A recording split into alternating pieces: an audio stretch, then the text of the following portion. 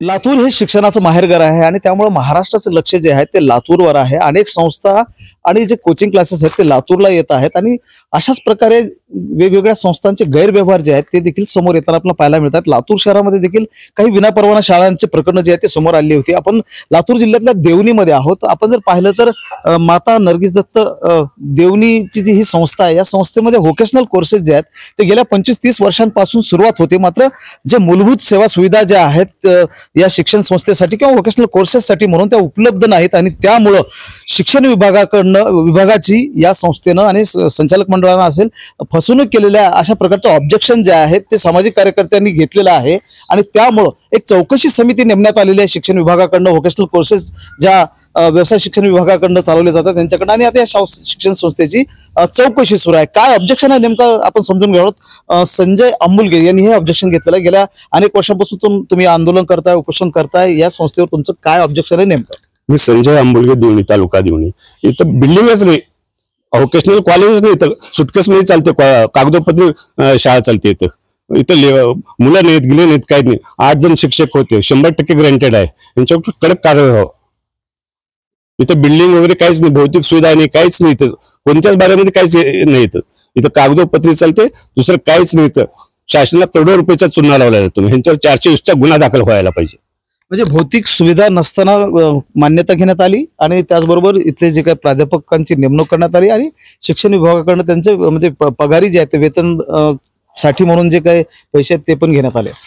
बिल्डिंगच नाही, भौतिक सुविधाचा संबंधच येत नाही। इथं बिल्डिंगच नाही ना, भौतिक सुविधा पाहिजे म्हणजे बिल्डिंग पाहिजे, बिल्डिंग असेल तरी भौतिक सुविधा असतात। बिल्डिंगच नाही, इथं संबंधच येत नाही भौतिक सुविधेचं। इथं कडक कारवाईला पाहिजे। 30 वर्षापासून पगारी उचलतात, तिथं करोडो रुपयाचं शासनाला चुना लावलं सर, यांच्यावर 420चा गुन्हा दाखल व्हायला पाहिजे। पथक नेमण्यात आलंय आता पथक 3, हे तिसरी पथक आहे सर। आता कारवाई चालू आहे, मध्ये अधिकारी आहेत, तुम्हाला सांगतो हे तिसरं पथक आहे। आता कारवाई का करते ते बघणं आता लास्ट चौकशी आहे आता हेच। या संस्थेचे अध्यक्ष नागेश जीवने आपल्यासोबत आहेत, त्यांच्याकडनं संस्थेची बाजू देखील आपण जाणून घेऊयात। मला सांगा, तुमच्या संस्थेवर आरोप करण्यात आलेला आहे, चौकशी सुद्धा सुरू आहे। सर, मी नागेश वीरप्पा जीवने, विद्यामृत शिक्षण प्रसारक मंडळाचे अध्यक्ष। सर, 1997 मध्ये या MCC ला मान्यता मिळाली आणि 97 पासनं आजपर्यंत की विद्यार्थ्यांच्या रेग्युलर विद्यार्थी आहेत आपल्याकडं, रूम्स व्यवस्थित आहेत त्याच्यामुळं आणि वर्षाला रिझल्ट्स आहेत आणि आपल्याकडे दर वर्षाला मुलं पास झालेले त्यांचा पूर्ण रिझल्ट आहे। आणि त्याच्यामध्ये शासनिक काम करत असताना त्याच्यामध्ये काय त्रुटी काढली त्याच्यामध्ये आम्ही पूर्ण त्याच्यामध्ये मागं चौकशीमध्ये त्यांनी काही सूचना आम्हाला सूचना हे पत्र काढले होते सूचनेचे की त्याच्यामध्ये आम्ही परत जे नियमामध्ये बसतं त्या पद्धतीने आणखी दुरुस्त करून घ्यायचा प्रयत्न चालू आहे, पूर्ण बिल्डिंग दुरुस्त करायचं चालू आहे। आपण जर पाहिलं तर चौकशी समिती नेमण्यात आलेली आहे, चौकशी समितीनं आपलं काम सुरुवात केलेलं आहे।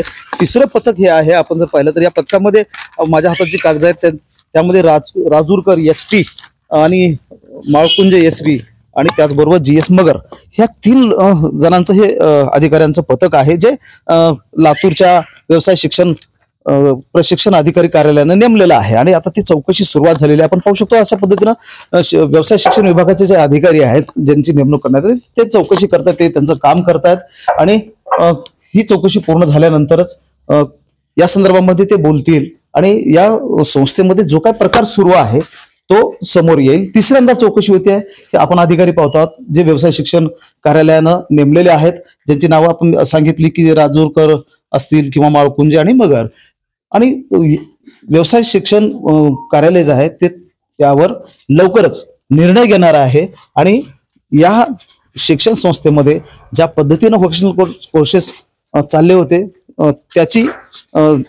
त्यावर कारवाई होणार आहे। अशा पद्धतीनं लातूर जिल्ह्यातल्याच नव्हे तर महाराष्ट्रातल्या अनेक शिक्षण संस्थांमध्ये व्होकेशनल कोर्सेसच्या नावाखाली शिक्षण विभागाची फसवणूक सुरू आहे की नाही हे पडताळणं देखील शिक्षण विभागानं गरजेचं आहे।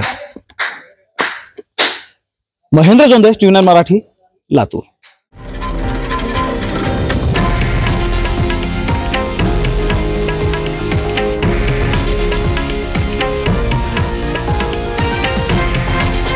हे आहे देशातील नंबर 1 न्यूज नेटवर्क आणि आपण पाहत आहात TV9 मराठी, एकमेव।